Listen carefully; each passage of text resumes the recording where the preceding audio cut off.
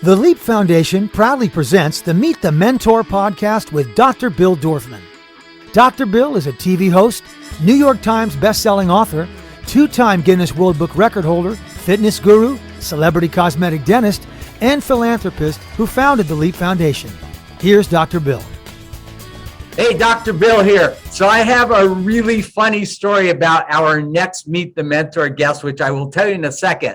But I'm super duper excited. LEAP 2022 will be live and virtual. We're hoping to have about 500 kids live and probably several thousand virtually. And it will be exciting and fun and everything that LEAP has always been. And you know, I think the greatest thing about LEAP is that students walk away with so much information and so many things to do, but the best part of it are just the connections and the friends that they make. I mean, many of the kids that have gone through LEAP have said that their best friends in life are the people that they met at LEAP, and they've stayed friends throughout their life. I mean, I know that's for sure true with Charlie Gallagher, our director. I mean, if you asked him who his 3 or 4 best friends are, they were all people he met at LEAP, and he's been friends with them since he's 16, and now he's 27, almost 30. 30. Oh my goodness,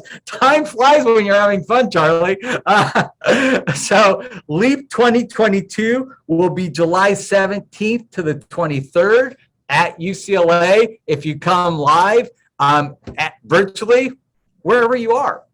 So today's guest, Samantha, this is a crack up. I'm walking on the street in Beverly Hills, and I see an old buddy of mine from the gym who's an agent, and he's having dinner, and we start talking, and I say, hey, introduce me to your guests. So he introduces me to Samantha, and I'm like, okay, you have to come to LEAP and be a mentor.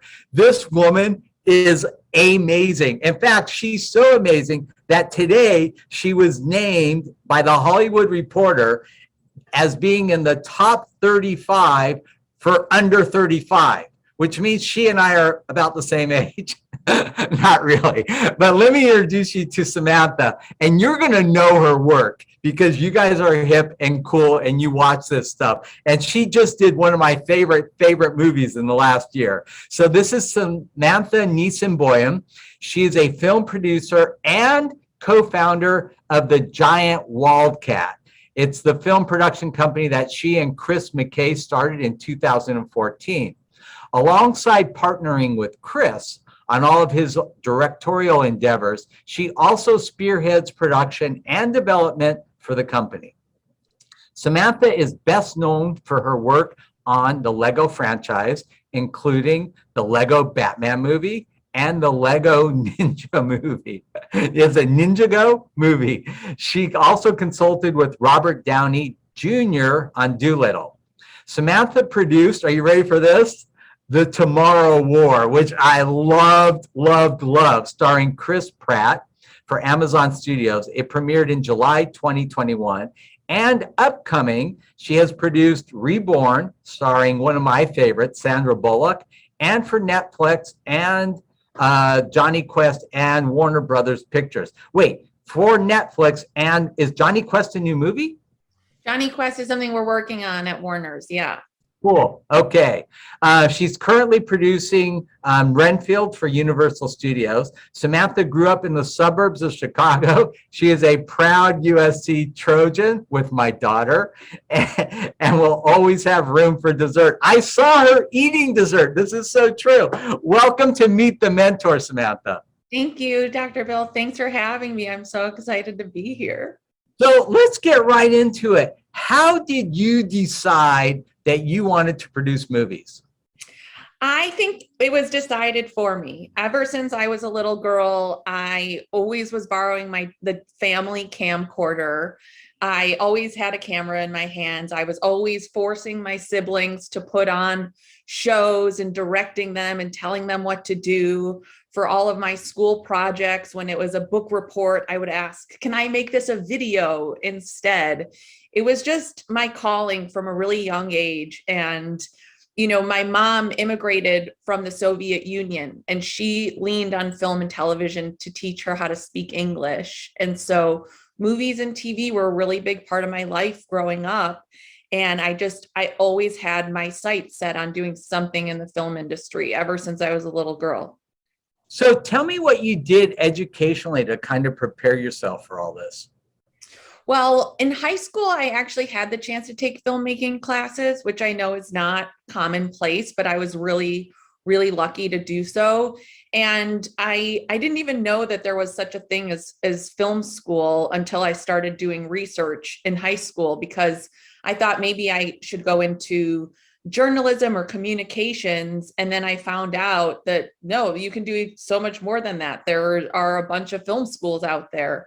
So I started working on scripts, I started writing, I started directing, I started making all these movies in order to submit them to schools across the nation. And, I had my sights set on USC Film School.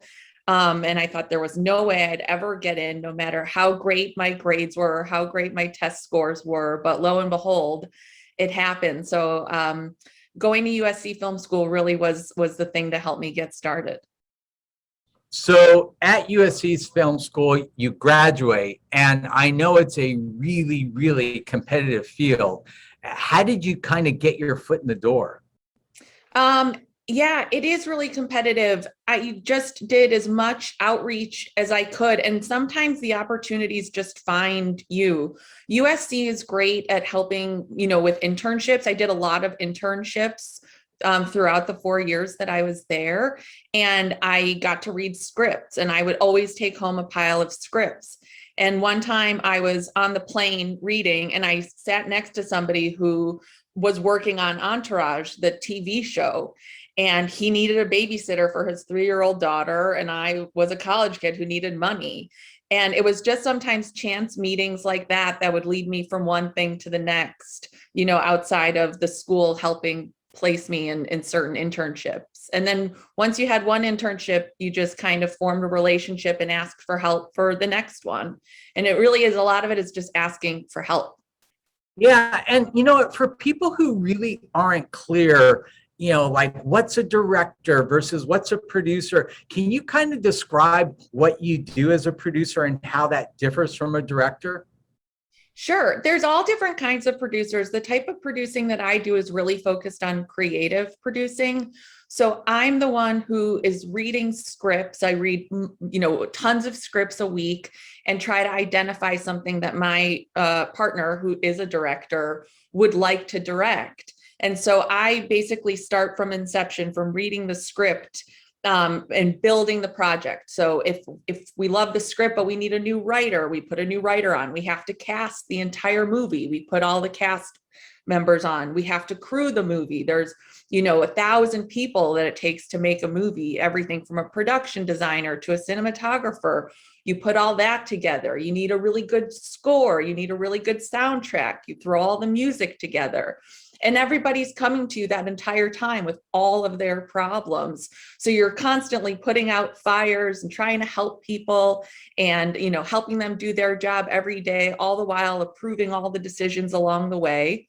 And then once we finish shooting the movie, we have to edit it. So I sit in editorial with the director and the editor and watch the movie over and over again as we kind of figure out the pieces that work, what's not working. And then we finally release it. And then I get to help with the entire marketing campaign and figuring out like, what's the best 30-second commercial or what's the best 10-second YouTube ad. So my job really runs the gamut. I get to do a little bit of everything, which is the best part of it. You know what? It sounds like you produced a movie. Yeah. That's why you're a producer. I mean, it makes sense, right? Yeah. And there are other producers that fund and this and that and the other thing. But, I think what you do sounds like so much more fun. What would you say was like your big break into the industry?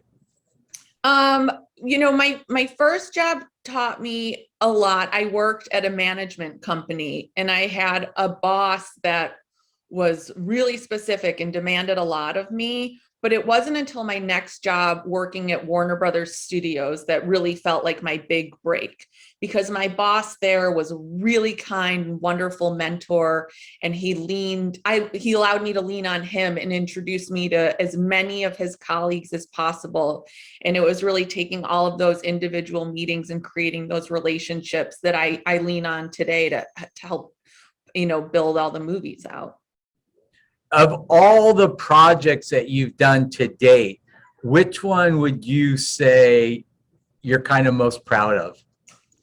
That's a tough question, because it's like picking a favorite kid. You're not supposed to have a favorite.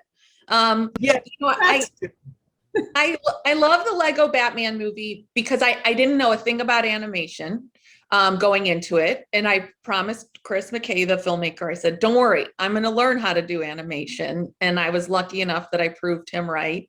But then I also really love our most recent movie, The Tomorrow War, because it was by far and away the biggest movie I'd ever done. And it took me all over the world. I got to go to Iceland. I lived in Atlanta. And working at that high level, that level of exposure was really neat. What was the budget on that?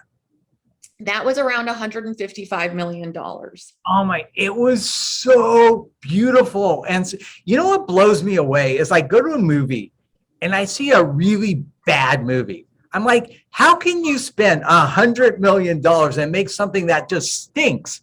But you guys made a masterpiece. It just like every minute of the movie was just moving and fun and entertaining. And it was exactly what you wanted to see. It was awesome.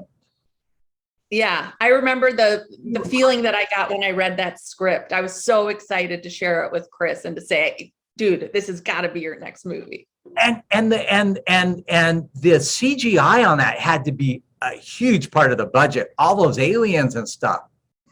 Yeah, well, we have an incredible VFX supervisor, Jamie Price, who had an awesome vision, and we had an amazing illustrators and that conceptualized the white spike. And, it was a lot of people working together with, Weta, which is one of the most incredible houses in the world. And so it was just a combination of all the right people, but the dedication that it took to making the white spike what it was, hours and hours poring over every single detail, the texture, the skin, the teeth, the nails, It was awesome. Okay, so if you could kind of like wave a magic wand and make your dream movie, what genre would that be? And because I know one day you will make it, but like give us a preview of what we're going to see. Well, honestly, I would throw it back to the 80s. I really, growing up in the suburbs of Chicago, was a John Hughes girl at heart. So if I could go back and, do some sort of Ferris Bueller's Day Off type of movie, that's exactly what I would go for. That would be awesome. If you need a cameo of a dentist in there. Yeah, I know. I'm already thinking about how to put you into the next one. So tell me about your upcoming movie. The next one is going to be Renfield, and it's essentially a story about Dracula's familiar, or Dracula's assistant, the person that assists him during daylight hours. And Renfield has been working for Dracula for centuries and centuries, and he kind of has this realization that he's got the world's worst boss and he can't work for him anymore. So it's the story of their relationship. And it's definitely going to be an action movie. It's definitely going to be a horror movie, but the conceit of it underneath will also allow it to be a comedy. And I think what Chris is great at is combining, a bunch of genres, a bunch of tones, and always doing something unexpected and special. So this one means a lot to me. I think it's going to be great. So how can Renfield stay awake and be in daylight and live forever like a Dracula, like a vampire? Dracula gives him special powers. Oh, of course. Yeah. I have the same powers. I'm about 150, by the way. No way. Yeah. I mean, Dracula. You do have special powers. You've got a glow. So tell me what your favorite part of what you do is, and then your least favorite part of what you do. I'll answer in reverse. My least favorite part is having to say no. I get a lot of submissions, I get a lot of pitches, and we can't do it all. And there's just stuff that sometimes doesn't speak to our creative sensibilities. We audition a lot of actors, and only one gets the role.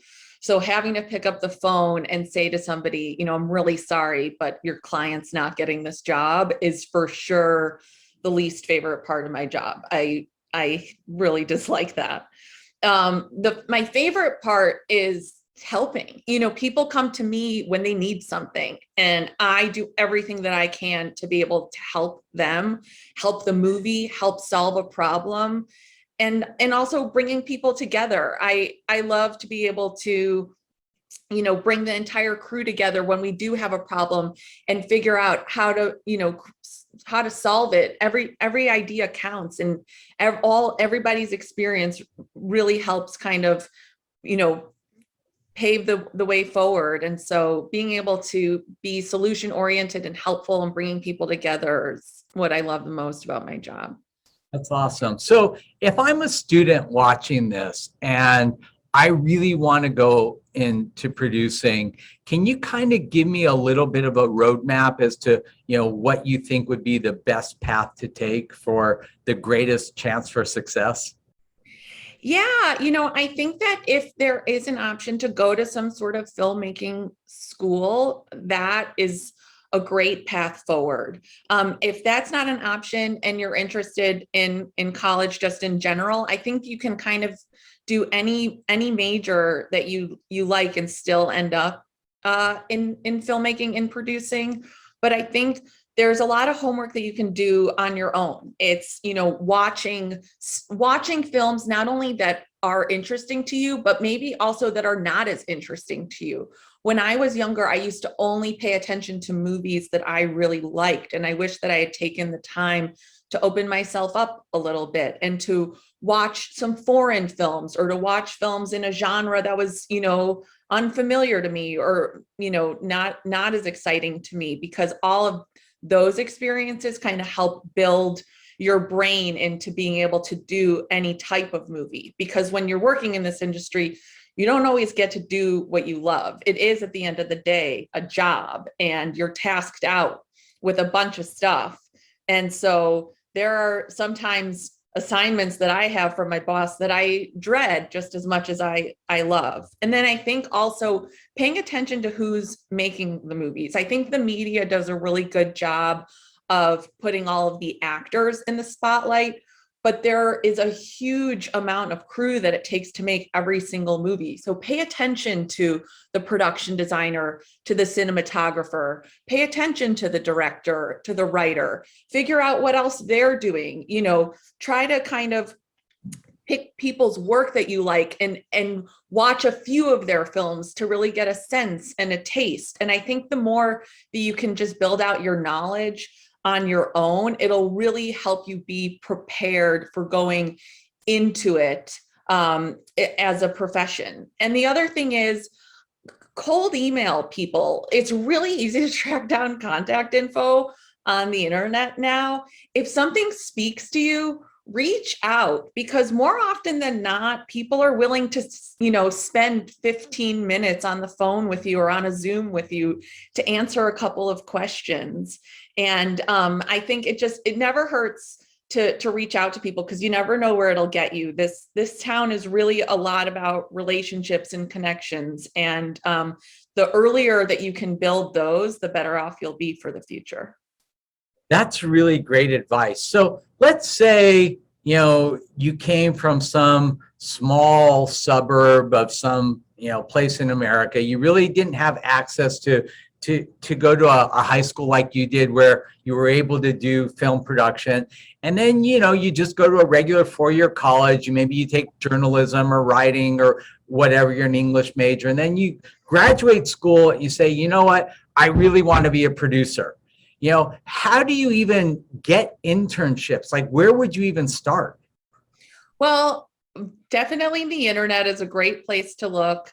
I think that there's a bunch of initiatives right now. Ryan Reynolds just started an initiative with his company trying to help place people in internships and in jobs. The agencies, the big agencies, CAA, UTA, WME, those people are always looking for assistance for, people to work in the mail room. It's really just a matter of that, getting your foot in the door. And I think a lot of it is doing your own research, being resourceful and reaching out to people. Maybe you didn't go, whatever university it is, try figuring out who the alumni are. There's usually somebody that went to your school that works in the industry. Find a connection, find something that's like-minded between you and these people. And usually people are really willing to help, but I think it's just all about believing in yourself and taking that chance first. That's awesome. If students want to contact you directly, is there a way they can do that, like on Instagram or website? Yeah, my Instagram is not the best spot, but I am on Twitter at Samantha Nis. So I'm happy to hear from anyone. I love helping. Helping is a big part of my job, but it's also a favorite pastime of mine.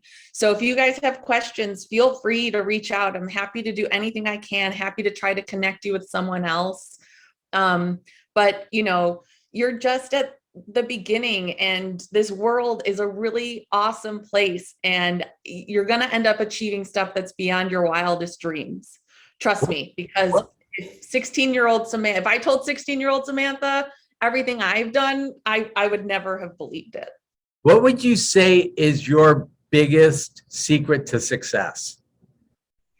Kindness. There is no reason not to treat everybody with kindness. It really goes a long way. That's really great. I mean, because at the end of the day, it's all about relationships. And that's such an important part. So we do a segment at LEAP, which is one of my favorite things to do, which are like mini TED Talks, where we have, in 1 hour, we'll have 3 20-minute speakers. I would love to sign you up for that. So hopefully you'll be available this summer and you can come to LEAP as a TED Talk professional and meet some of the kids in person, which is also awesome. I would love nothing more. Yeah, making those connections would be great. That would be so fun. I appreciate you even inviting me. Oh, my pleasure. Well, Samantha, thank you so much for taking the time. You're awesome. I'm so incredibly proud of you and for you with the career that you've had. I, too, feel like my career has exceeded every expectation I ever imagined, and it's so sweet and fun to meet somebody who feels the same way. So thank you so much. Thanks for the opportunity. Great to meet you guys. Dr. Bill, over and out. To learn more about the LEAP Foundation, go to leapfoundation.com or find us on Facebook at facebook.com/LEAP Foundation or on Instagram at LEAP Foundation. Listen to the Meet the Mentor podcast with Dr. Bill Dorfman on Apple Podcasts, Google Podcasts, Spotify, Stitcher, or wherever you listen to your favorite podcasts.